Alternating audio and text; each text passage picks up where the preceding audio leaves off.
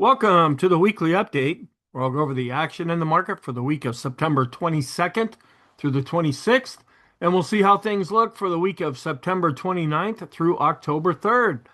Well, we're still looking positive in the bigger picture, and we were starting to develop a more negative short-term conviction on the daily side, but then we had a kind of a good bounce on Friday.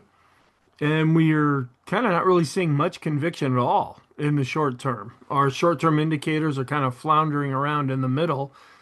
After being positive for quite a while, then they started to drift more negative. Now they're back more, not really sure what's going on. But we're still positive in the bigger picture. Even on the daily side, we're still positive. And we look over here to the weekly side. Yeah, there's some things to be concerned about, and I'll go through some charts. But at the same time, we're not seeing a big picture shift of the market turning from offense to defense. If we do get some weakness as we try to finish out the month of September, it'll look more right now like it might be a pullback. Now, one thing that did happen on Thursday is if you go back to the beginning of the big move up out of the April lows, when we finally broke out and started to establish a more consistent trend right around the latter part of April into the early part of May, pretty much all of the pullbacks that we've seen since that time have been around the 20 period moving averages. And I say averages because there's a simple and an exponential version. Now, we drip down below those moving averages, but not for very long. Well, in Thursday's session, we came down to the 20 period exponential version, exponential moving average, and then we've been coming up since then. Is that enough of a pullback to keep us going higher?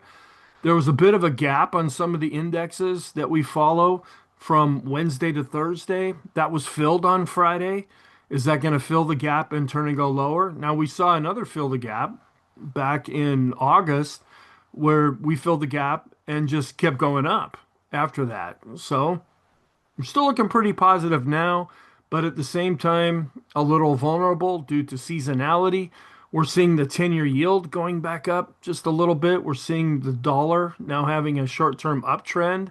These are things that you watch. And when we see interest rates going up, the dollar going up, that can pressure stocks.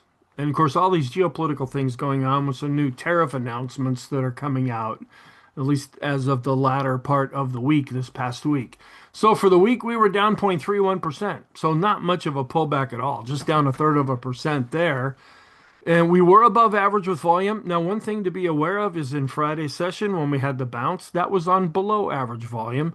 Not a huge deal, but at the same time, when you study technical analysis, if you see the prices going up or down on a surge of volume, that usually shows more conviction. Well, in Friday's session, we saw prices going up on lower volume. And so we just want to be aware of that. But we've seen that a lot over the period of time, especially the last year or so, where it's like, okay, we're going up here, but volume doesn't seem to be really confirming this.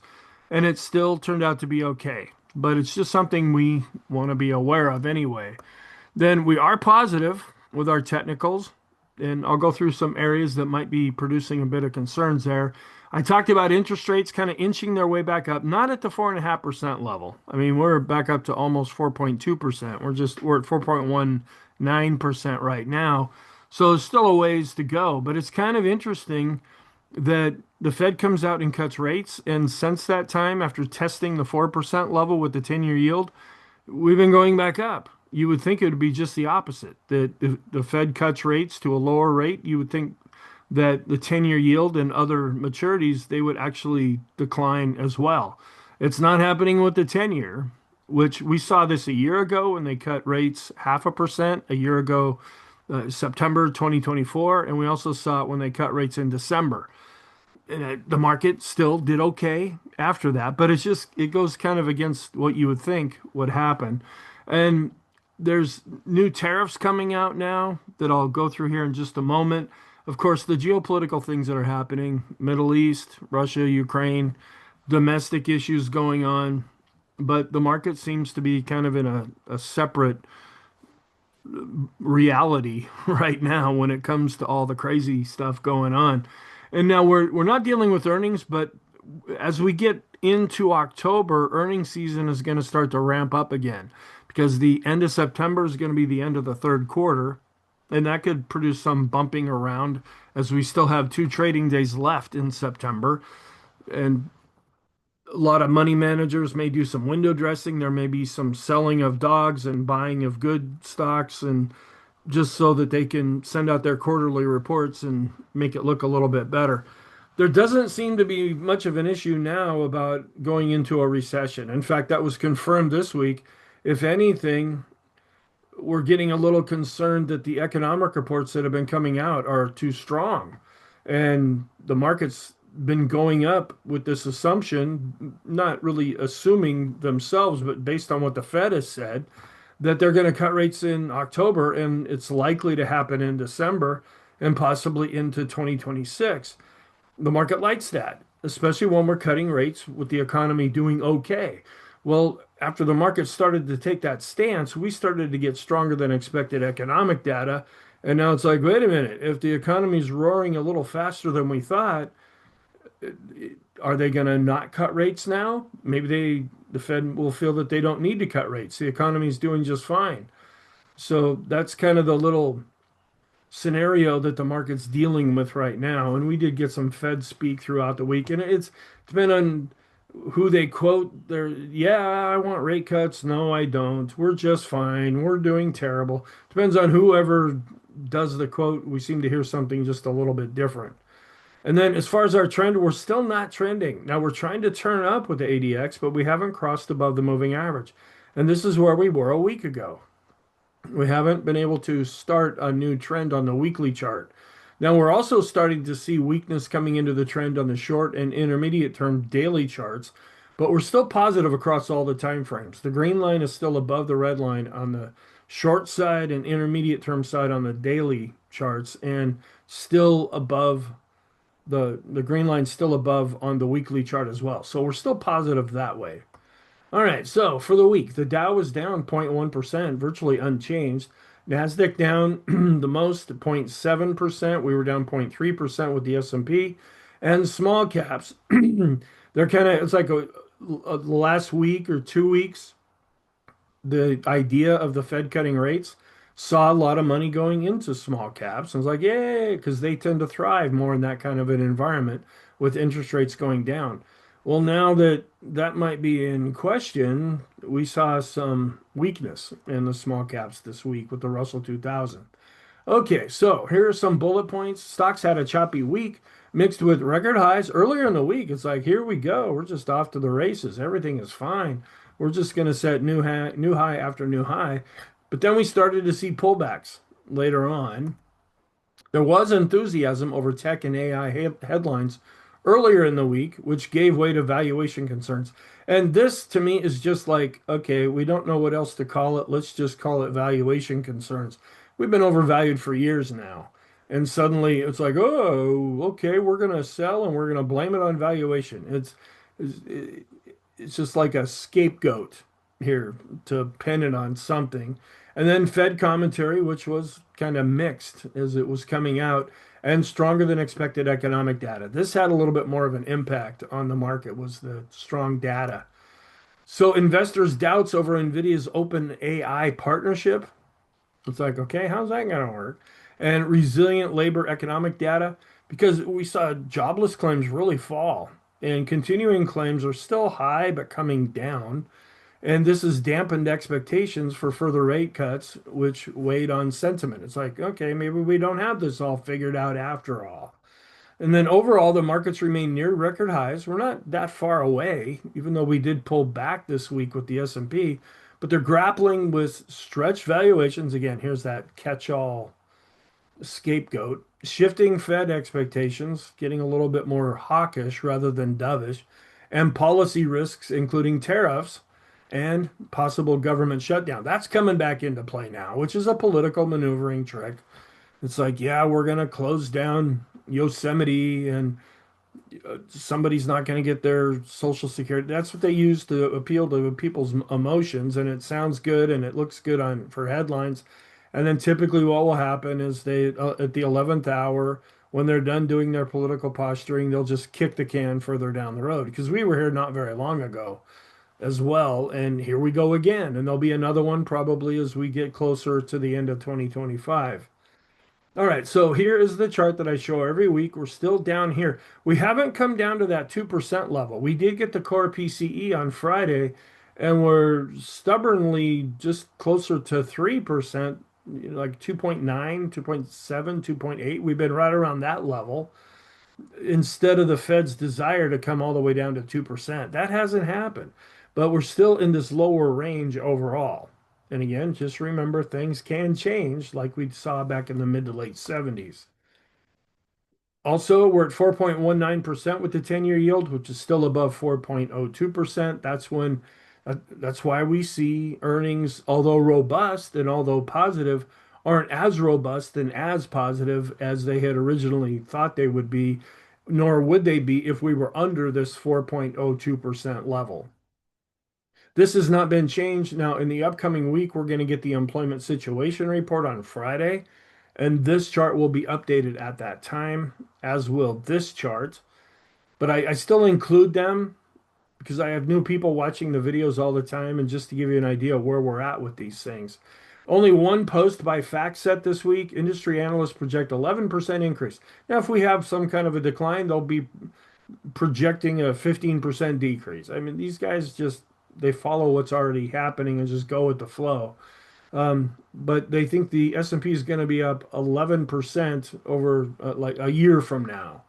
So this is just projecting where we've been going up with both the S&P and the projections moving forward. Okay. All right. Then here is the intraday chart. So we really started to come down here. We held up okay earlier in the week, but it was really held up more by the mega caps. Even though they didn't show an awful lot of strength, they didn't show an awful lot of weakness. That would change as we got to the latter part of the week, but we did come down here, especially in Tuesday's session. We came down a little bit more on Wednesday. We ended up having 3 down days in a row, Tuesday, Wednesday, and Thursday. And then we saw a little bit of a pop up. Now the futures were already positive, but we did the market could have reacted negatively just as easily as being positive to the core PCE report that came out. It could have freaked out, but for whatever reason, they decided to buy. And it's kind of interesting. Right at the open on Thursday, we saw a gap lower and a massive wave of buying coming in. Then on Friday, we saw a gap higher and a massive wave of selling coming in. So there's a tug of war that's going on here. But we ended up closing off of the lows and off of the low that was set in Thursday's session, but it was still down for the week. So looking at the week with the different indexes here, we had the NASDAQ down the most, which is growth, NASDAQ 100, which is big growth, and then small caps were under a little bit of pressure, and then you have the S&P, it was down as well. Now this is just the 5 trading days. I always like to remind you of that because I say we were down 0.31%. Well, for the 5 trading days, this has us down 0.75% because the the way it's calculated the other way goes from Friday to Friday, where I just go through Monday to Friday. That's just a little different way of saying, okay, what happened throughout this week that we just finished? And so all the indexes ended up being down, with the Dow being down the least and the NYSE not doing as bad either.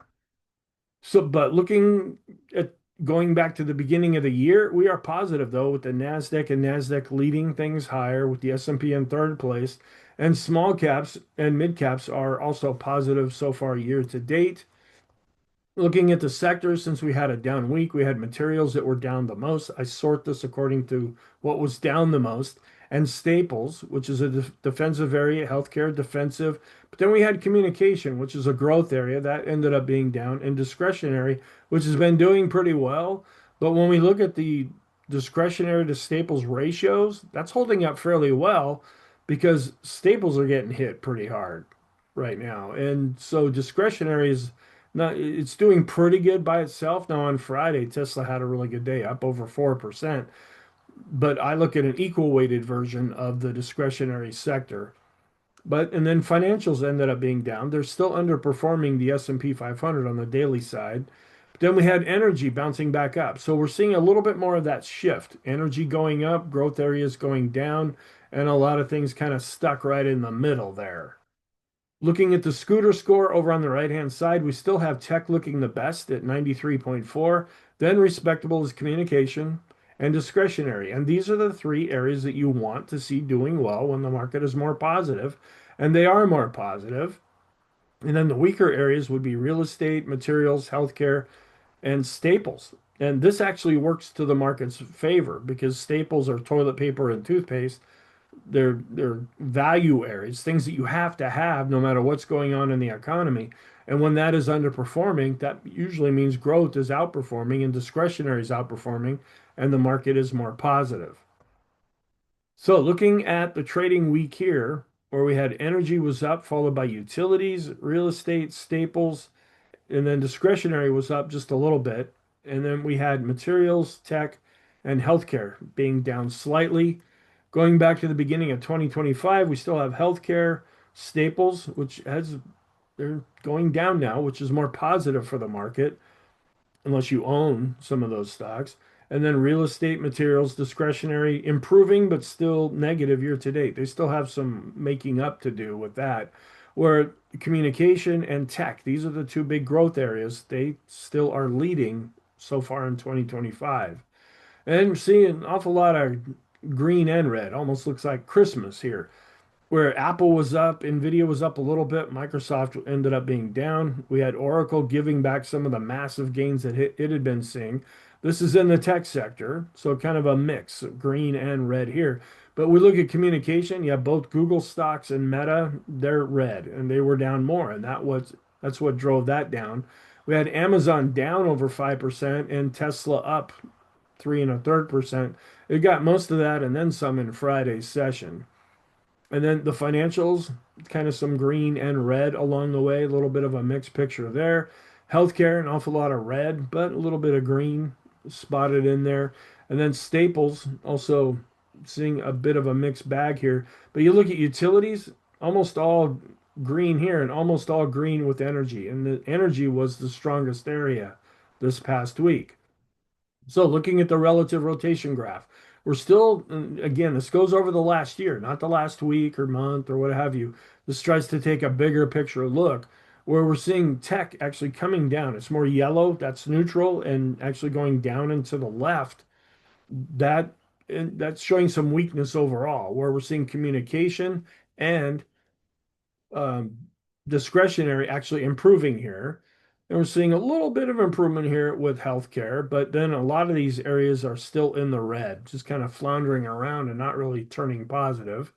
So looking at this in a little different way, communication and discretionary are looking stronger right now, more neutral with tech, and then we have a lot of different negative areas with healthcare showing some improvement. Looking at the major indexes, though, we still have the S&P kind of holding out around the midpoint here. Not really positive, a little more negative now since it's turning a little bit red. But the OEX, which is the S&P 100, that is improving here. But we're seeing a drop off now with the NASDAQ 100, and that's usually the real leading growth area when we're moving more to the upside. We are seeing some improvement here with the small caps, and we were improving with the mid caps, but now it's kind of turned around and it's like Groundhog Day. It comes up and sees its shadow and goes back down. Where we still have a lot of the other areas, utilities, transports, and the Dow Jones Composite are more negative. So we're seeing the S&P 100 and NASDAQ 100. The S&P 100 is actually looking strong, a little more neutral with the NASDAQ 100 than the other areas that are turning more negative, with the small caps and mid caps showing some improvement. Sentiment, we had gone all the way from being positive. We're ticking back down more to neutral. Now, we did bounce up a little bit on Friday, but we had been declining as the market was going down in Tuesday and Wednesday and Thursday's session. This kind of shows you how we were going up with sentiment. So we were looking good there and not necessarily exuberant, thinking that, okay, we might still have more room to run to the upside. Well, when we started to go down, from Tuesday, Wednesday, and Thursday, sentiment went down with it. Saw a little bit of a bounce on Friday. And seeing not much of a change from the recent reading here from the active asset managers, but still below this red line. They're net bullish on things, but they're not overly so. That's what happens when we go above the red line. And the latest reading came in at 86.24 for the active asset managers. And this, we're not really seeing a lot of fear here. Now, if you watch the daily videos, there's a chart that I have called the S&P to VIX correlation. And I show that in the daily video. And that's giving us a warning sign right now from a sentiment perspective. We also have another chart called volatility risk premium. And we're getting kind of a high reading from that chart as well. Well, we also look at the VIX, which is kind of like the main sentiment gauge. That's not really showing any fear. We actually ticked down a little bit for the week, both with the line chart and the bar chart. And this is the seasonal picture. We haven't really seen this kick into gear, at least yet. When the VIX starts to really go up, that usually means stocks are going down. But we're still looking really positive here. This is cash to the tech sector when this red uh, black line, I know my colors, the black line going down, that means that tech is outperforming, and that's positive. Still getting a fairly bullish reading here with the Ridex Bear Bull ratio. And we're a little bit positive here with the individual investors. They had been bearish, which was another reason we wouldn't be surprised to see more movement to the upside of the S&P until it sucked these folks in and they started to get exuberant, which could still happen, by the way. It just hasn't happened yet, and we don't know if it's going to play out that way. But we get a little bit more concerned if we see their survey coming in above the green line. We get really concerned if it gets above the 40 level here. But they had been negative a week ago. Now they're just slightly positive. And this breaks that out a little bit further, where we have the bearish, that's red, and the bullish, that's white. And we're finally starting to see the white come a little bit over the red, where this is the spread between the two, which is the same chart I just showed. And then this looks at an average over the last 2 months to say, but we're still bearish overall. The red line is above the white line here. And we're not getting any kind of fear warning here from the Ulster Index. It's below the moving average and flatlined at a very low reading. Not really seeing any concern here when we look at risky to not as risky bonds. This is an inverted version of that chart. We came down a little bit here in Friday's session, but we're still getting pretty high readings on this chart, which means low fear. This shows that same thing, but back to the regular type of scale, getting very low readings here. And that just means there's not a lot of fear in the bond market now, which is more positive for the stock market as well. We're still continuing to go down in the bigger picture here with the VIX and the 3-month average of the VIX, and that's positive in the context. We've been going up with the S&P as this red line has been going down. For the most part, that is continuing. We're still declining with the very long-term moving average of the equity put call ratio, declining here, which is more positive. Not really seeing much of a change in the overall weekly look at the economy. And then the Chicago National Financial Conditions still under the black line and actually declining. We get concerned if we go above the black line. We're going the opposite way now. GDP coming out, we're getting close to 4% here because they GDP surprised to the upside. We're at 4.8, 4, or 3.8, 3.9 now with GDP, so they had to recalculate this. So that's showing an economy that's looking pretty good, which is part of the concern for the market saying, well, maybe the Fed's not going to come in and cut rates after all. And then this shows it more as a bar chart here, just looking at more robust GDP growth when you look at projections with GDP now. Then the New York Fed staff nowcast, they ticked up a little bit here, but they're coming in with a bit of a lower reading overall, but it's still positive. And then this is another way to show that GDP has actually been revised up. When we were looking at the fourth quarter of 2024, okay, and then it got revised up a little bit here for the first quarter of 2025. Now it's getting revised a little bit more up here as we work our way through the second quarter of 2025. So we are seeing this going up, and that has been more positive. And you want to see a further breakdown here. This takes all the different colors and shows you what they mean. What I wanted to show from this chart is just that we've been going up with the GDP. And this will be updated after the employment report comes out next week, as will this chart. And this chart will be updated because we're coming to the end of the quarter. Then the inflation now, we are coming down a little bit here with the latest reading. We had the core PCE coming out in Friday's session. The Fed watch, because we're beyond the September meeting, so now we're starting to focus on the October 29th meeting here. and 87, almost 88% chance that they're going to cut rates another 25 basis points at that meeting. We are now at 4 to 4.25. They think we'll be at 3.75 to 4 after that upcoming meeting. And the market is a little bit more convinced about that one. But now we're starting to see a bit of a mixed picture here. They're going to cut more when we look at the December 10th meeting. 65% chance that we'll be another 25 basis points lower, but also there's still almost 32%, if you round it up, that think the rates are going to not be cut in December. So we're seeing a little bit more of a conviction here, and it changes. And this is still a ways away, and lots of things can happen to see how this is going to play out. So looking at the Fed balance sheet, it's still declining when we look at it this way, but on a year-over-year basis, it continues to go up. Overnight reverse repurchase agreement still just trailing along down near this black line. Not really showing any problems here. So we're still above the moving averages when we look at the advanced decline line based on price and volume.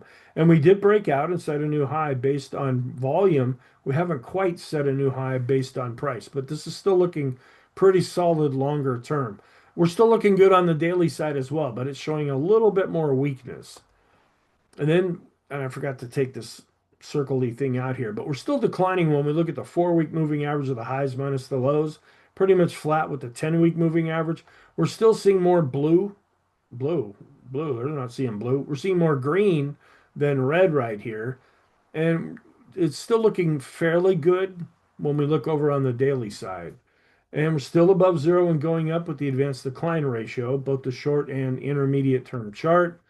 As far as our trend, we haven't crossed back above the moving average yet, but we are still positive because the green line's above the red line, but we're not trending right now since we're below 20.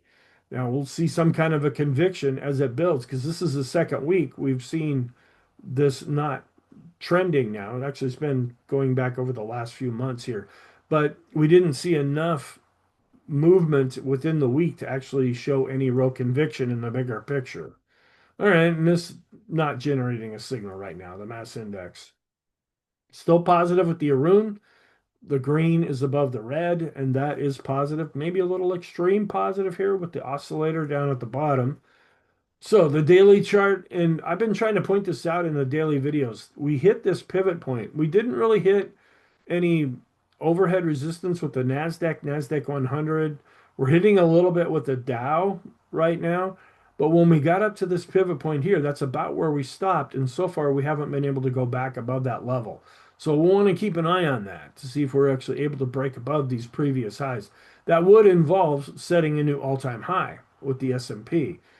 So this is looking a little bit more vulnerable as we've been coming down, but Friday's action helped at least keep this bigger picture look here in the longer term more intact. And we're still looking good here with the 50 period moving average of the S&P. It's a 50-week chart there. So price is above the line. The red line's going up, looking solid there. Still in a solid uptrend here with the moving average crossover system. Still above this R1 pivot point, and we're now still quite a ways away from it. So if we do start to drop, this will be one of the support levels at 64, 68 that we keep an eye on. And still at the upper end of the trend channel here. We're actually breaking above it just a little bit. Is that going to pose some kind of overhead resistance as well? Now, my personal opinion is I think flat lines are more powerful than slanted lines. Okay, so but I still like to look at trend lines and slanted lines as well. So we want to respect what we're seeing here, but we are starting to break above this. And we're still positive in the bigger picture with accumulation and distribution. We declined a little bit, but we're still getting a pretty healthy reading with the boom indicator, which is more shorter term. And we're still positive with the chicken money flow. Now we've turned negative on the daily side, and we're really positive here. This could be a bit of a concern. When you see a really high reading like this, it doesn't mean we're going to necessarily reverse, but we could slow down a little bit here. And this is an extreme reading right now where we're negative on the daily side and still getting a very healthy, strong reading here with the vortex. The green line is well above the red line. We are up around this extreme reading right here, but we've been there for a while. And we're trying to improve here with the McClellan oscillator, but we're still declining. here with the summation index based on price, we're starting to bounce up based on volume. And that's what we were seeing for a lot of last week and even the week before. Price might be kind of meandering around a little bit, but we saw volume actually performing better. We'll be watching to see if that continues as we play out the upcoming week. And we're bouncing back up a little, but slightly negative here with the swollen trading oscillator based on price. And we're coming down a little bit, but still positive based on volume. And you can see that price actually went down more than volume, and volume's been holding up a little bit better. And now this is a little bit of a concern too. The bullish percent index, even as we've been going up, we've been seeing the bullish percent index kind of chop along sideways. That could be taken as a negative divergence. And we did decline, and it's negative on the daily side. It's also negative here on the weekly side. And then momentum, we're still looking positive, even though we're coming down based on price, but we're coming down less based on volume. And a little bit of an improvement here with the PMOs that are rising, trying to turn up a little bit with the buy signals, but now declining more with the PMOs that are above zero. Not getting an extreme reading with the percent B indicator here. We're above the midpoint and we continue to go up. And we're still above 50 with the money flow. The force index did decline, but it's still green and positive. And we're still showing a longer term positive momentum here with the Stoke RSI, as is the Williams percent R, even though it did decline a little bit here. And after just barely coming into an extreme positive reading, the RSI 14 weeks, that did come down a little bit, but this is still looking pretty good. And we're looking good on the daily side as well, even though that's been pulling back after giving an extreme positive reading, both in the short and intermediate term. And we are still extreme positive with the ultimate oscillator. Now we've been coming down with the slope oscillator, but my goodness, it's like maybe it had to because it was giving us such a high reading. It's like I can't go any higher than this. There's no room left on the chart. So it's been coming down. But that's not confirmed by what we're seeing with the other short-term oscillator, the TSI, the true strength index. That's going up as the slope oscillator is going down. So that's not confirming each other. But we are seeing confirmation with the three intermediate term charts and the two long-term charts. And we're still negative though with the Copic curve. We continue to decline there. So that's not confirming what we're seeing with the other momentum indicators. And we had a slight down week here with the 1 week rate of change. And we're right at this red line here when we go back with the 50-week rate of change. Still positive here with the weekly special K chart. We're also positive on the daily side. I did go ahead and readjust these just in case we hit some kind of a top. This gives us a longer term look. If you watch these videos before, if we start to go down, these are longer term support levels that we want to keep an eye on, but we're way high, far above them for right now. So we're still looking good with the hike in ASHI. We're positive with the Kagi chart. We're positive with the Renko chart, positive with the three-line break. The longer term trend based on this way of looking at trends is still positive. We didn't go up enough here to draw in a new X for the week, but this is still looking pretty positive with the double top breakout that was generated back on June 2nd. And still looking pretty good here with the longer term ease of movement, but a lot of flatlining here. And we're just flatlining barely above zero with the daily chart. Still looking good here with the long term momentum. A little bit of weakness came down a bit here in the intermediate term. We're seeing a little bit more weakness in the short term. And we're still neutral. We went from positive back over to neutral with the Elder impulse system. Now we're positive here on the parabolic SAR weekly chart. We switched to negative after Thursday on the daily side. We have a dot on top now. So that's more intermediate term negative, where the weekly chart here is still looking positive. Still, we're back to positive on all time frames. We had slipped to negative in the short term with the mid caps. They reclaimed a shorter period moving average and went back to green across the board on all time frames. And we're positive in the short term with the dollar, still negative with the intermediate and long term. So we're looking good here with the S&P, just off of recent all-time highs. We're not there yet with the mid caps. Now this is the SML. This is the S&P 600. We did set a new all-time high last week with the Russell 2000 small caps, but we didn't set a new all-time high here with the S&P 600. But still looking okay, but not performing as well as the S&P 500. So the Dow is in an uptrend, just coming off of an all-time high. NASDAQ also all-time highs in an uptrend. NASDAQ 100 looking pretty solid. Mid caps coming back down to the 13-week moving average, but we're able to bounce up off of that. And the small caps, this is the S&P 600 again here. It's also in an uptrend, but not back to its previous all-time high. The NYSE just coming off of setting all-time highs. The FANG index, recent all-time highs, the really big stocks.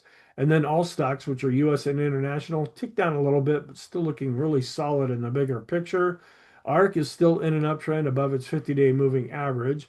And we have the banks looking pretty good, actually breaking out here and setting another new all-time high with the KBW Bank Index. We're going up with the momentum with the MACD. We're coming up and getting a very high reading here with the RSI. And then seasonality is supposed to be negative. Now we got 2 days left in September, 2 trading days left. We'll see if that ends up turning into anything. But if you just go back to 2021, we are only up 40% of the time with a return of minus 2.8%. Then looking at just Dow theory, basically here, we have been setting highs with the Dow. That's not been confirmed with the transports.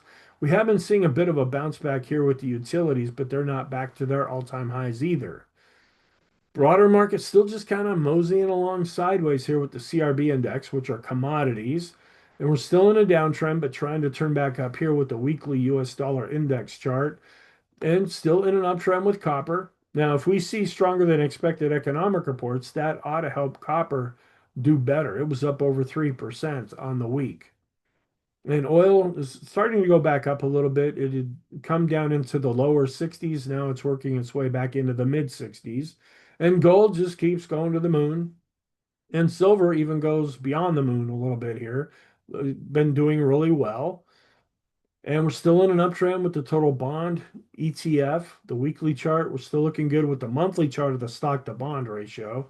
And we're drifting down here with the yields. You can see how they were all falling off, but lately we've been bouncing back up. And that started to happen after the Fed came in and cut rates. Kind of strange there. This is a weekly chart. We're watching this red line. This is Japan. It's been going up. Doesn't seem to be causing a lot of problems, at least right now. But we'll keep an eye on that one here. And then looking at the intermarket analysis chart, we have gold, very strong, up well over 40% year to date. We have stocks in second place, up over about 13% or so. And then we have commodities, the purple line. Then we have the blue line, which are bonds based on price. Oil, which a week ago ended up being negative. Now it's back to being positive. And the dollar just continues to be the weakest asset in 2025. Then we look at some ratios between the NASDAQ 100 and S&P, doing really good with this ratio. That's what we want to see. And the S&P 100 is outperforming the S&P 500. Growth continues to outperform value, but you see a little bit of a pullback here. This might be feeding into some kind of a shorter term decline on the daily side. And that's what we'll be watching for to see, okay, are we going to see a bit of a pullback on the daily charts? And then we'll be evaluating that. But looking at things as they stand right now, it looks like that would just be a normal pullback. It's not like the whole characteristics of the market are going to shift from positive over to negative, no matter what the perma bears might think. And then we still show here how bonds are underperforming stocks. Gold is really starting to break out again here when compared to the S&P. And with the dollar going down, gold is really breaking out when compared to the US dollar. And this is still positive, even though it ticked up a little bit here in the latest reading here from a week ago to right now. But overall, we're still headed down with a lot of conviction here when we look at the low volatility or defensive areas versus the S&P 500. And we are bouncing back up a little bit here with energy, but we've got a long ways to go for this ratio to actually turn and show that it's in energy's favor, like what we were seeing back in 2022. But we'll be watching that. That's why I look at these charts every week. Discretionary is still outperforming staples, not quite back to the recent all-time high with this ratio. And I'm not sure I forgot to delete this chart. So it's just comparing where we were a week ago. And then the small caps to tech, again, we still have been seeing a real decline here with the small caps underperforming the tech sector. Then longer term, not really getting much changes here with the NYSE breadth thrust, or we're seeing a bit of a drop off here with the ZWAG NYSE breadth thrust. That could be showing some weakness that we're not really seeing right now. And we haven't seen a change with the Zohorchak method. We're still at a -6, which is negative. It'd be more positive if we could work our way back up to zero and actually get to a positive number. And we're just kind of drifting along sideways when we look at the 50 period exponential moving average of the new highs, new lows for the S&P. We were seeing a lot more conviction earlier on. Now we're just kind of moseying along on a sideways pattern here. But we are seeing a bit more of conviction when we look at the NYSE new highs, new lows, 50 period moving average there. Still above this trend line for the NASDAQ 100 going back to 2009. Still looking good with our NASDAQ 100 to Dow ratio, showing the NASDAQ 100 is outperforming. Still showing here again how the NASDAQ 100 here is represented by the QQQs to IWM, which are small caps. The NASDAQ 100 continues to outperform, and we're still declining overall when we look at the 3-month yield here. That coming down has been more positive for the market. And we're still going up for the most part here with the new highs, new lows, cumulative based around the NASDAQ. Then seasonally, we should be just going in the toilet right now, but we're not, at least up to this point. Second half of September is the worst performing half month going back to 1950. But hey, there's still 2 days left. And this also shows how September is typically weak. This also shows the June to November stretch of time tends to underperform. It's up 3.4% with a return, and it's up a little over 2/3 of the time, but it's not the best performing time. And this also shows the weak seasonality that just hasn't really materialized here in 2025. This also shows how September is typically weak, but has not materialized. But hey, we got 2 days. So thank you. I hope you found this helpful. Have a really good weekend, and I will talk to you in the next video.